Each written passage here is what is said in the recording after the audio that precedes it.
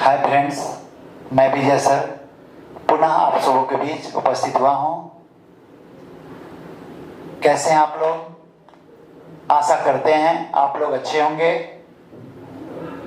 खूब अच्छे से पढ़ाई कीजिए, कहीं भी रहिए, मुस्कुराते रहिए। चलिए, आज हम लोग जो पढ़ेंगे MTS मल्टीटास्किंग स्टाफ, जिसका एक सप्ताह बाद एग्जाम शुरू होने वाला है। जो क्वेश्चन 2019 में पूछा गया है उसका सॉल्यूशन हम लोग करेंगे। देखते हैं कैसा क्वेश्चन पूछा गया है, कैसे इसको कम समय में हम बनाएंगे। Multitasking non technical staff examination 2019। पहला क्वेश्चन है, किसी सांकेतिक भाषा में TAN क्या दिया है?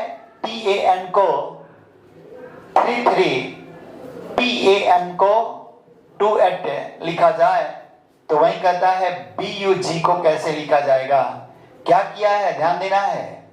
सबसे पहले पोजीशन को जोड़िए, 14, एक 15 और कितना, ये इसका 20 होता है, तो जोड़ेंगे तो कितना हो जाएगा? 35 हुआ। टोटल योग 35, लेकिन 35 के लिए 33 लिखा है। इसका मतलब जितना जोड़ा है उसमें से 2 माइनस करके लिखा है। यही पैटर्न इसमें भी होना चाहिए। P का 16, A का 1, इसका 13 जोड़ेंगे तो कितना हो जाएगा? 13, 1, 14, 14 में 16 जोड़ेंगे तो 30 होगा। 30 के लिए 28 लिखा है। यानी ये पैटर्न हमको मिल गया कि टोटल को जोड़ देंगे, उसमें से 2 माइनस करेंगे, जो आएगा वही लिख देंगे। G का पोजीशन 7, U का 21 और B का 2, तो कितना? 21, 2, 23, 23, 7 कितना हुआ? 30। तो 30 हुआ, तो 30 से 2 कम करके, यानी इसका भी ऑप्शन जिस ऑप्शन में होगा 28, वही हमारा आंसर होगा। ठीक है ना। सेकंड क्वेश्चन देखिएगा क्या किया है, बड़ी आसान पैटर्न है। यानी यहाँ 43 है, 31 है, 74, 105। क्या किया है, यानी फर्स्ट वाले को जोड़कर आगे लिख दिया है। जैसे यहाँ 31 है और 43 है, बस पीछे वाले को जोड़कर आगे लिख दिया है। 43 और 31 जोड़ेंगे तो 74 होगा। फिर 74 और 31 को जोड़कर आगे लिख दिया है। 74 और जब 31 जोड़ेंगे तो 105 होगा। फिर 105 में फिर 74 को जोड़कर आगे लिख दिया है, यानी 179। फिर अगला क्या होगा, जस्ट पीछे वाले को जोड़कर आगे लिख देगा, तो 9, 5, 14, 4, 1, 7, 1, 8, यानी 284 जिस ऑप्शन में होगा वही हमारा आंसर होगा। आया समझ में। थर्ड नंबर क्वेश्चन देखेंगे। तीसरा नंबर क्वेश्चन करा है, क्या होगा तीसरा, थोड़ा सा इसको अच्छा से समझेंगे। कुछ KM है, डायग्राम कैसे बनाएंगे? कुछ K जो है वो क्या है? M है। कुछ K का हिस्सा M से ढका हुआ है। फिर दिया है कोई T M नहीं है, यानी T और M में कोई रिलेशन नहीं होगा। ठीक है ना। डायग्राम समझ गए। डायग्राम जब भी बनता है डिफरेंट बनता है। कंक्लूजन दिया है कि कुछ T K है, कहता है कि कुछ T K है। क्या T और K में डिफिनिट रिलेशन है? तो डिफिनिट तो नहीं है, प्रोबेबल हो सकता है। ये कह सकते हैं कुछ K के T होने की संभावना है। अब ये गलत है। हम लोग जानते हैं कि जिसका डिफिनिट नहीं होता है उसका प्रोबेबल होता है। ठीक है ना। कहता है कुछ M K है, बिल्कुल सही है कि कुछ K का हिस्सा M से ढका है, तो कुछ M का हिस्सा भी K से ढका हुआ है। इसलिए क्या करेंगे, इसका ऑप्शन नंबर यानी ओनली कंक्लूजन 2 जिस ऑप्शन में होगा वही हमारा आंसर होगा। इसका कंसेप्ट ध्यान रखिएगा कि कुछ K का हिस्सा M से ढका है, तो कुछ M का हिस्सा भी K से ढका होगा। इसका आंसर क्या होगा? ओनली 2। देखिए अगला क्वेश्चन, क्वेश्चन नंबर 4 दिया है, 5 किताबें BGNP तथा T एक के ऊपर एक रखी गई है, जरूरी नहीं इसी क्रम में। फिर दिया है N तथा G के मध्य केवल एक किताब रखी गई है। ध्यान दीजिएगा, जब भी ऐसा क्वेश्चन पूछे बस एक बार पढ़ना है, एक ही बार में टिक आउट करना है और एक ही बार में बनाना है, दोबारा नहीं पढ़ना है। कह रहा है एन तथा जी के मध्य केवल एक किताब रखी गई है। देखिएगा दो कंडीशन बनेगा, एन तथा जी के मध्य केवल एक किताब। हो सकता है एक बार एन को ऊपर रखे हैं, एक बार नीचे भी तो रख सकते हैं कि एन तथा जी के बीच केवल एक किताब रखा गया है। क्वेश्चन में दिया हुआ है एन तथा जी के मध्य केवल एक किताब रखी गई है। फिर दिया है बी पी के ठीक ऊपर है, बी पी के ठीक ऊपर, तो इसमें रिलेशन नहीं मिला तो अलग लिख देंगे कि बी जो है पी के ठीक ऊपर है। ठीक है ना, ये कंडीशन बाद में जैसा जरूरत होगा हम बैठाएंगे। इसको चाहे तो ऊपर भी रख सकते हैं, चाहे तो नीचे भी रख सकते हैं। फिर थोड़ा सा आगे बढ़ते हैं, जी एन के ऊपर नहीं है, दिया हुआ है कि जी जो है एन से ऊपर नहीं है, तो ये तो हमारा गलत हो गया सीक्वेंस। कह रहा है जी एन से ऊपर नहीं है, इसका मतलब जी क्या होगा, एन से नीचे होगा। इसका मतलब ये हमारा गलत होगा, ये सही हुआ। फिर थोड़ा सा आगे बढ़ते हैं, फिर एक लाइन यहां छूट गया। कह रहा है बी एन के ऊपर है, कह रहा है कि बी जो है एन के ऊपर है, तो अब तो कंफर्म है कि यहां पे एक लाइन जो दिया हुआ है कि बी पी के ठीक ऊपर है, बी जो है पी के ठीक ऊपर है। फिर आगे कह रहा है बी एन के ऊपर है, यानी एन के ऊपर बी, इसका मतलब कंफर्म है कि बी और पी। अब तो क्लियर हो गया कि इस रिलेशन को भी यहां बैठा दिए, और ये भी दिया है कि बी एन के ऊपर है, तो बी जो है एन के ऊपर है। ठीक है ना, अब एक तो बच गया, क्या बचा, टी, तो टी को हम यहां बैठा देंगे। ठीक है ना, अब क्वेश्चन क्या कह रहा है, सबसे ऊपर कौन सी है, तो सबसे ऊपर बी, ऑप्शन नंबर ए। आया समझ में। अगला क्वेश्चन देखेंगे, दिया है 5 व्यक्ति एफ जे एन आर तथा भी केंद्र की ओर मुंह करके एक वृत्ताकार मेज के इर्द गिर्द बैठे हुए हैं। जब भी ऐसा क्वेश्चन पूछे कि केंद्र की ओर मुंह करके 5 व्यक्ति, तो एक सर्कल ले लेंगे, बना देंगे। 5 व्यक्ति तो 2 3 4 और 5, सबका फेस किधर है, सबका फेस केंद्र की ओर है, एक ही बार पढ़ना है। और फिर कहता है कि जे एफ के तुरंत बाईं ओर बैठा है।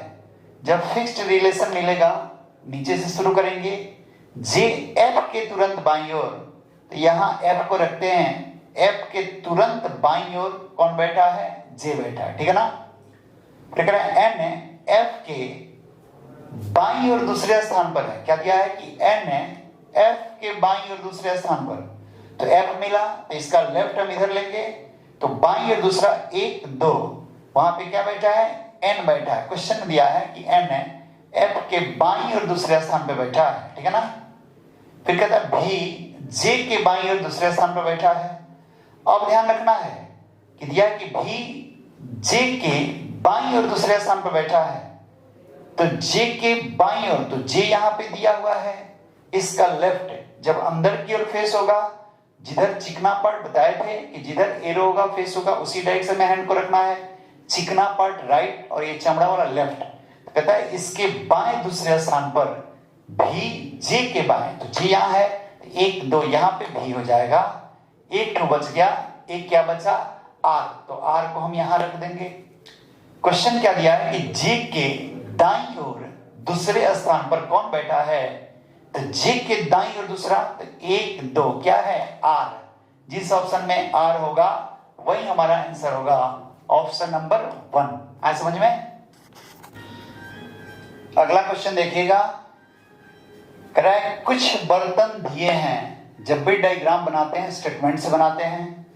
कुछ बर्तन, ये बर्तन का पार्ट है, यानी कुछ बर्तन जो है वो दिया है। ठीक है ना, फिर कहता है कि सभी दिए पेड़ है।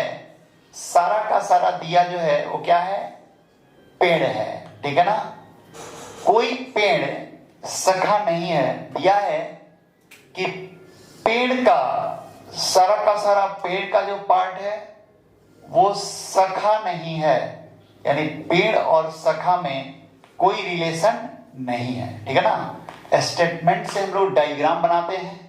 जब डायग्राम डिफरेंट बन जाएगा फिर कंक्लूजन पे विचार करेंगे। कहता है कि कुछ बर्तन सखाए हैं। ध्यान दीजिएगा, कुछ बर्तन सखाए हैं, क्या डेफिनेट तो रिलेशन नहीं है कि कुछ बर्तन सखा है। दो परदेसी दोनों अलग अलग है, तो जब दो परदेशी अलग अलग होगा तो उसमें डिफिनिट रिलेशन नहीं होता है, जब भी होता है तो प्रोबेबल रिलेशन होता है, ठीक है ना। फिर कहता है यानी गलत हो जाएगा। दूसरा, कुछ पेड़ दिए हैं, तो कंफर्म है कि कुछ पेड़ का हिस्सा जो है वो दिया से ढका हुआ है, इसलिए ये सेकंड नंबर कंक्लूजन सही है। कुछ शाखाएं दिए हैं, अब ध्यान दीजिएगा, क्या शाखा और दिया में रिलेशन है? नहीं होगा। क्यों?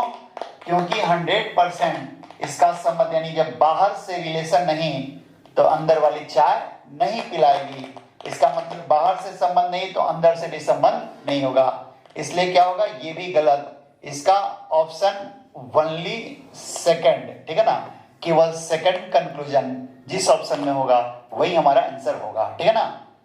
अगला क्वेश्चन देखेंगे, क्वेश्चन नंबर 7 कहता है कि किसी सांकेतिक भाषा में STALH को UXGENL लिखा जाए तो उसी भाषा में ROBNRT को कैसे लिखा जाएगा? ध्यान दीजिएगा, इसका पोजीशन कितना होता है? 19 और इसका 21। तो 19 में 2 प्लस किए तो 21 हुआ, यहाँ पे 20 है, इसका 24 है, तो 20 में 4 प्लस किए तो 24 हो गया। फिर इसका 5 है, इसके लिए 7 है, फिर प्लस 2 किए तो 7 हुआ। फिर यहाँ पे 1 है और वहां 5 है तो प्लस 4 किए। फिर यहाँ पे 12 है तो 2, 12 2 14। फिर यहाँ पे प्लस 4, 8 4 12। हमारा निकल गया पैटर्न कि +2 +4 +2 +4 +2 +4। यहां भी वही काम करेंगे, +2 18। 18 में जब 2 प्लस करेंगे तो 20। 20 किसका होता है? टी का। फिर 15, 15 2 17, 17 किसका? क्यू का। सॉरी, यहाँ पे +2 के बाद +4 करना है, तो 15 4 19, 19 किसका होता है? एस का। फिर +2 2 2 4, 4 किसका? डी का। फिर +4 14 4 18, 18 किसका? आर का। फिर यहाँ +2 होगा तो 18 2 कितना? 20, 20 किसका? टी का। फिर यहाँ +4 होगा तो 20 4 24, 24 किसका? एक्स का। यानी जिस ऑप्शन में होगा TSDRTX वही हमारा आंसर होगा, ठीक है ना। पैटर्न क्या था? +2 +4 +2 +4 +2। जो पैटर्न ऊपर होगा वही पैटर्न नीचे होना चाहिए, ठीक है ना। अगला क्वेश्चन देखिएगा, यहाँ पे K है, K का 11 जैसे है ना, 11 और इसका 3, तो 11 से 3 घटेगा तो 8 होगा। 8 से 3 घटाए तो 5 हुआ। 5 से 3 घटाए तो 2 हुआ। अब ध्यान दीजिएगा, 2 से 3 घटाना है, ऐसे ध्यान रखना है कि 2 किसके लिए लिखते हैं। यदि 28 आ जाए तो पूछा जाए 28वां लेटर कौन सा होगा, तो 26 तक तो जेड होता है, 27 क्या? ए, और 28 क्या? बी। तो इसको आप 28 मान सकते हैं। 28 से 3 घटाएंगे तो 25 होगा, यानी 25 किसका होगा? वाई का। इसमें देखेंगे यहाँ क्या है? 16 और यहाँ 13। 16 से 3 घटा 13, 13 से 3 घटा 10, 10 से 3 घटा 7, 7 से 3 घटेगा 4, 4 किसका होगा? डी का। इसलिए वाई डी जिस ऑप्शन में होगा, ऑप्शन नंबर बी, यही हमारा आंसर होगा। आया समझ में? चलिए नेक्स्ट क्वेश्चन देखिएगा, कह रहा है कि 36 का जो संबंध 109 से है वही संबंध 25 का किससे होगा?